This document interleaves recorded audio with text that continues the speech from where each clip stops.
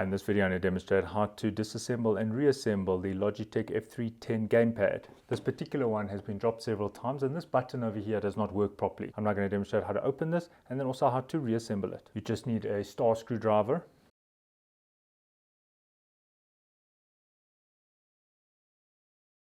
Right, there are 7 star screws which will come out. Now if you open this and all the pieces fall out, don't worry.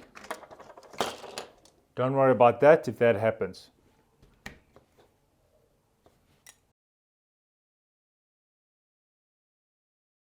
If you want to remove the circuit board, you've got one screw over here.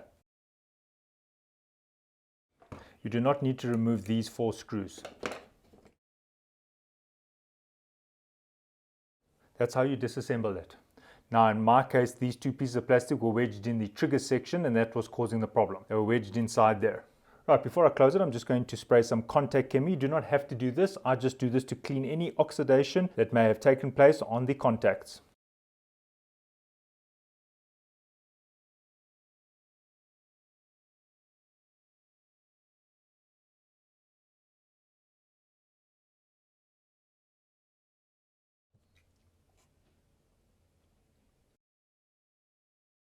Right, the first thing I'll bring your attention to is there's a slider switch there. You can see the slides up and down. That aligns to this. Make sure that if the slide is to the left, the switch is to the left.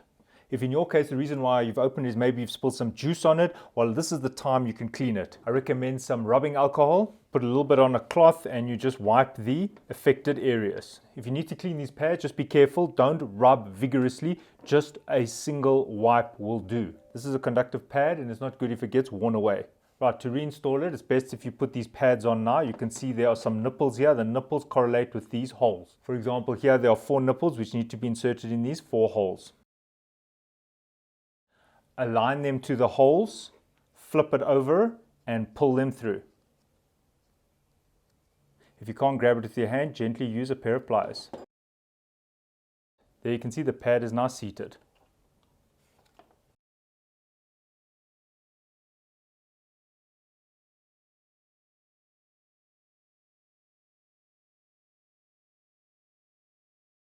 Now it's time to put this back in the packaging. Right, the first step is to seat the strain relief. The strain relief can only seat in one orientation. As you can see, there it is. Twist it until it seats into this space. Right, now hold it in this orientation and notice there's this cable that runs at the bottom here. Don't let the cable sit on any of these posts. Let the cable run round the post and keeping in mind there is a space for the cable to feed through. As you can see just over there, there's the space. Inspecting this, you can see that this has not been installed correctly. As you can see, it is wobbling like this. You can gently use your screwdriver to maneuver this wire. Do not scrape the screwdriver on the back of the circuit board, just on the wire. Right, now you can see it is seated correctly. Make sure the triggers can move. Insert the 1 screw. Check it again. If you've been touching the surface here with your fingers, there's a little bit of oil residue on people's fingers. Just take a little bit of alcohol and wipe that gently. If you have a look at these posts, they have a rectangular shape. If you have a look at the cover which goes over it, you can see it's got a rectangular shape.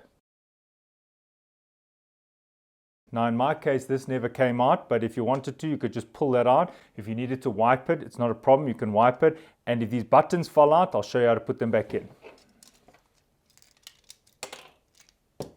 What you'll notice are these plastic buttons can only go in one way. For example, if I try to put the orange here, it won't allow me because the cutouts do not align with the protrusions on the button. So as you can see, the orange one is going over here. It's slid in there easily. Now you put the white piece over it. Now you can see the green will not go in over here. As you can see, it will not slide in. If I try this one, also will not slide in. If I try that one, you can see it just fell in easily.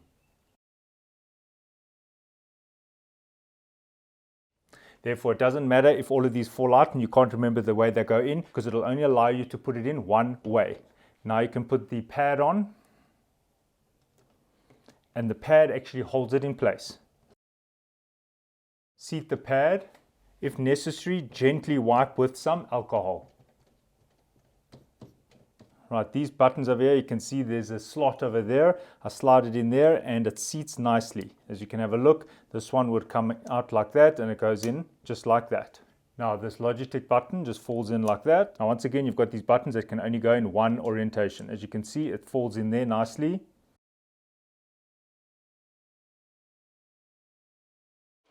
Right, these 4 posts just fall in the slots over there. You might notice that this does have an orientation. The thicker part is the part that goes inside the button. Right, now do not flip this, all of the buttons will fall out. What you want to do is you want to flip this onto the top cover. Make sure the pad is flat. Remember, do not touch those conductive pads.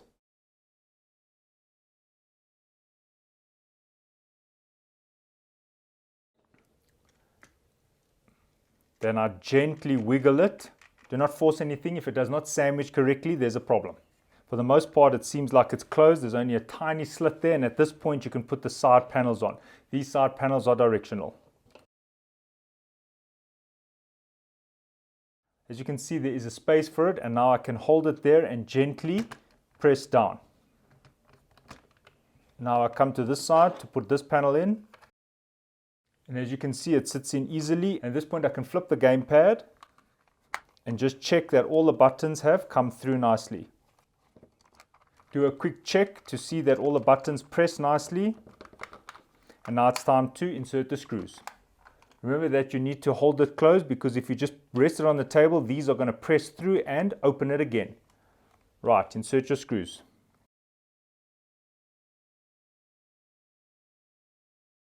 Right, visually inspect that the seam is completely closed all around. The panels are in, and as you can see, this gamepad has been closed correctly. Test it. And thanks for watching, and cheers.